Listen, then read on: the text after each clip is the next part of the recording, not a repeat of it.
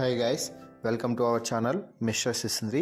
Big Boss Telugu season 8లో చివరి mega chief హౌస్కి వచ్చేశారు.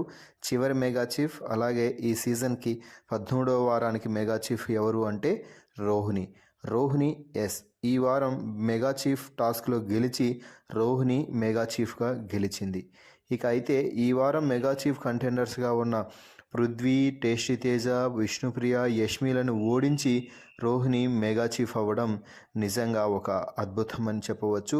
రోహిణి ఆటకి ఇది ఖచ్చితంగా మరింత ప్లస్ అవుతుంది అని చెప్పాలి.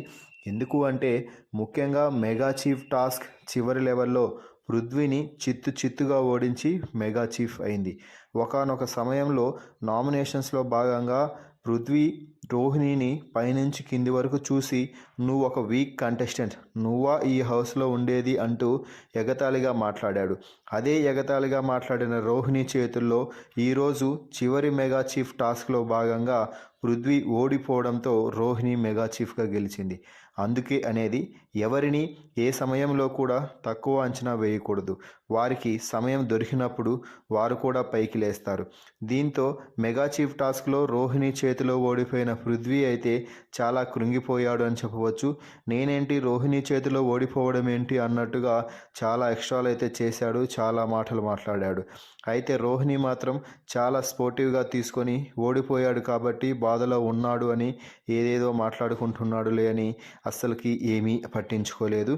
మొత్తంగా అయితే మెగా చీఫ్ అయిన రోహిణి చేతిలో పృథ్వీ చిత్తుగా ఓడిపోయాడన్నది ఇక్కడ నిజం. ఇక ఫైనల్గా అయితే విష్ణుప్రియ కూడా పృథ్వీరాజ్ మెగా చీఫ్ కాకుండా ఓడిపోవడంతో బాధపడింది. నువ్వేంట్రా గెలుస్తావనుకున్నాను, అది కూడా రోహిణి చేతిలో ఓడిపోవడం ఏంటి అంటూ పగతో రగిలిపోయింది అని చెప్పవచ్చు. సో ఫైనల్లీ మెగా చీఫ్ టాస్క్లో రోహిణి చేతిలో చిత్తుగా ఓడి మెగా చీఫ్ అవ్వకుండా ఈ సీజన్ నుంచి నిష్క్రమించబోతున్న పృథ్వీరాజ్పై మీ అభిప్రాయాన్ని కామెంట్స్ రూపంలో తెలపండి. అలాగే మరిన్ని బిగ్ బాస్ లైవ్ అప్డేట్స్ కోసం మన ఛానల్ని చూస్తూ ఉండండి. Please subscribe our YouTube channel mister సిసింద్రి.